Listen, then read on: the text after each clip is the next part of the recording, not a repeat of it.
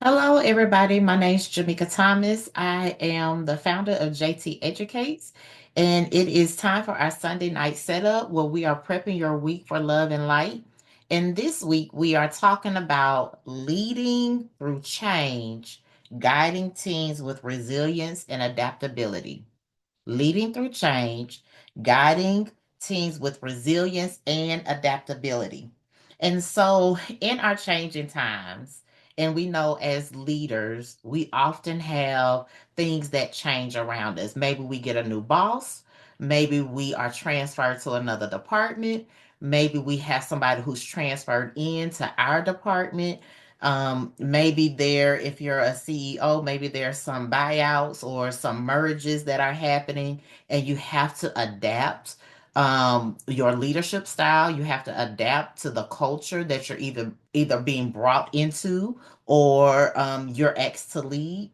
And so you have to have a certain set of skills in order to do that well. And so we're going to talk about that today. So, leading through change, how great leaders navigate uncertainty and transition with resilience and adaptability. So, when we're thinking about leading through change, you have to manage uncertainty and resistance. So, how do we do that? Understanding resistance to change. Why people resist change, there are some reasons: fear of unknown, loss of control, comfort in routine.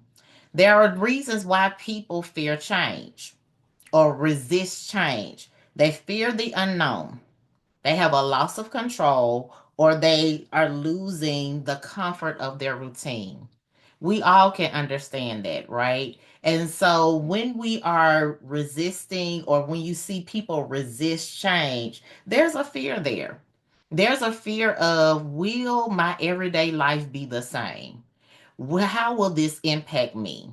Will I be stretched out of my comfort zone? Will I like the new people that I will have to work with? So all of those things happen when we have people, or when we ourselves are resisting change. There are some strategies of managing resistance. First, transparency, sharing the why behind the change. So, if you are a leader who is the one initiating the change, you have to be hot. And I'll say this, and I pick up this acronym. If you know it, you know: hot, humble, open, and transparent, or honest, open, and transparent. We have to be transparent about why we're doing what we're doing. Why are we doing the change? And we have to really be honest about the good, the bad, and the ugly of it. So, yes, we'll be uncomfortable. Yes, there's a new task for us to do. Yes, we might have to take a cut. Yes, we might have to pare down, but also, what is the benefit? Why are we doing these things? There, you have to tell the benefit of the change so people can have something to hope for, or something to understand, or they can understand how they are benefiting from this change. You have to have empathy, acknowledging the fears and uncertainties. You have to empathize with your people, right? So, say that there's a change even in your family. Say that there's a change in your church organization, or organization that you're in, and you are a part of that change, or you are helping people understand that change. You have to empathize with them. You have to acknowledge, yeah, I know this is scary. This is a lot that we're asked to do, or we're asking of you. This is a lot for us to take in, and let me allow you some time to think about it, right? Give people, as we've talked about, place and space to feel certain things, right? So you have to have that empathy. Another strategy for managing resistance is inclusion. Involve team members in the process to increase their buy-in. So if we are creating this change that is happening, and we want to manage resistance, one way that we can do that is ask other people to help with the decision making. I've had times where there was a decision that I had to make, and then I knew it was a hefty decision, and I knew that it was going to be something that was going to ask a lot of people. And so I would say, hey, Do you mind stepping into this meeting, or do you mind thinking about this with me? Or, hey, this is what I'm thinking about. What do you think should happen next? Or who do you think should be at the table when we're making this decision? Inclusion is very important when things are changing because, as it says, we want buy in, or we want people to have ownership in the change, or we just want people to be comfortable, right? Work, leadership, job, family, organization, service, community service, government service. Like, that's hard stuff to do. That's not easy to do. And so when change is happening in an organization, in your family, in a school, wherever, in the corporation, we want people to know that their opinion matters, their thought process matters. We might not be able to lean toward your actual idea, but we want you to know that we appreciate what you're bringing to the table, right? And so you have to think about all of those things. Next, small wins, implementing incremental steps to create momentum. It is important for us to know that when we are creating change, we need some benchmarks, right? We need some goals to set, we need goals to achieve. And so when we are creating change or initiating change, we need a 30, 60, 90-day plan, right? We need a plan that's for now, a short term plan and a long term plan. We need to think about, if we're doing some major changes, like, what does this look like in a year? What does this look like in 5 years? What does it look like in 10 years, right? And so, as we are making those goals and as we are reaching those benchmarks, we have small wins to celebrate. And that helps to gain momentum in the total change that is happening in our organizations. The other thing, when we're thinking about managing uncertainty and resistance, we have to have some practical leadership actions. So, in these practical leadership actions, and these are kind of these strategies that I always give us, in these practical leadership actions, you have to have regular check ins with your team. When there is major change happening in your organization or in your family or in at your job or your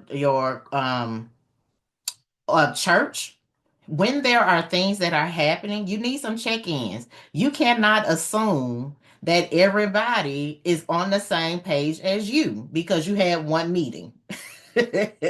You had one meeting, one kickoff, as we say, one kickoff to the new initiative. And this is an initiative that is causing majority of your people in your organization to add something to it. You can't assume that because you had one kickoff 3 weeks ago that everybody's still on the same page. You have to have regular check-ins with people. Another practical leadership action for managing uncertainty and resistance, you have to have also open forums for addressing concerns. So if you are putting this initiative in place, and it's a major initiative that people are having to change their maybe mindset, or change their thinking, or change their way that they have been working. Maybe there's a new protocol. Not only do you need to have regular check-ins, but you need to allow people to discuss concerns. It makes me think about last week when we were talking about people failing forward, right? How they giving people room to fail. You have to give people room, a safe space to be able to address concerns or to give concerns, right? You have to have that. If you do not, then you are dealing with people who are almost a ticking time bomb, right? Think about you being in a situation where you had all of these conflicting feelings about an initiative, or you have these concerns about your well-being and you weren't able to express them. What comes up gonna come out, right? So even if I'm not able to express them verbally, I will, my energy, you will know that there is a concern because of how I am entering and working into the space, right? So you will know when somebody is not fully on board on your team. You will know when somebody is not really on board in your corporation, especially if they are someone else that is a leader. And so you have to be able to provide people an open forum for them to express their concerns and for you to address them. It does not mean that you will change what you are doing, but what you will be able to do is become more considerate, more compassionate, more inclusive about the people who are on your team, and then be able to think about in future initiatives how their concerns can be addressed. Okay. And then the last part of practical leadership actions, leading by example, demonstrating adaptability. There's nothing worse than, working for a leader that wants you to change, but they don't change. Like, where they do that? You want me to change, but you haven't changed. You want me to address a certain initiative, but you haven't bought into the initiative by your actions, right? You want me to be able to transition, but you haven't fully transitioned. And so, how do we do that? How are we leaders of change? We have to model it first.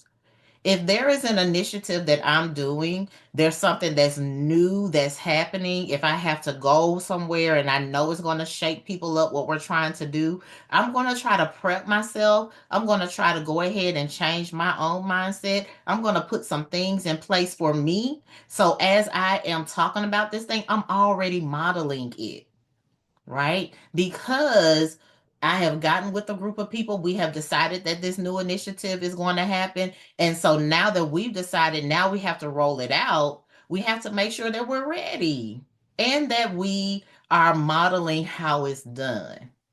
If not, the people that you want to do it won't do it to the point that you want it to get done. They might do it to your face, they might do it for you in that moment, but once you walk out that door, once you walk out that office, once you walk out that building, they're doing what they've been doing because they don't see you doing it. Okay? So that is very, very important. So, when we're thinking about this resistance, managing resistance, we also have to think about how do we do that? We have to keep people on the vision, right? We have to keep the people on the vision. And that vision is that one thing that you're trying to do to make sure that everything goes well. What is that vision? And that you have to prove the alignment of the change to the vision. If there is no alignment between the change and the vision, the change does not make sense. You either change the change or you change the vision. And either one is okay. But you have to make sure that if you're asking people to do something, if you're asking them to change and you're leading them through a change, you have to make sure that it aligns with the vision. If it does not align with the vision, then something is off, either the vision or the change. Okay. So we just have to make sure with that. Now, we talked about a lot, with our Sunday night setup. We don't have, it's not very long. I try to do about 15 minutes. Sometimes it gets to 20. But I really just want us to know that there are little bitty things that we can do every week that can help us lead in love and light. There are little things that we can do every week that can help us to really lead in love and light. And this week, our topic is leading through change. Leading through change. And the subtopic of that is guiding teams with resilience and adaptability. All right. Well, I always have a call to action. I want you to think about and share your experiences of how you can apply one of the strategies that we talked about.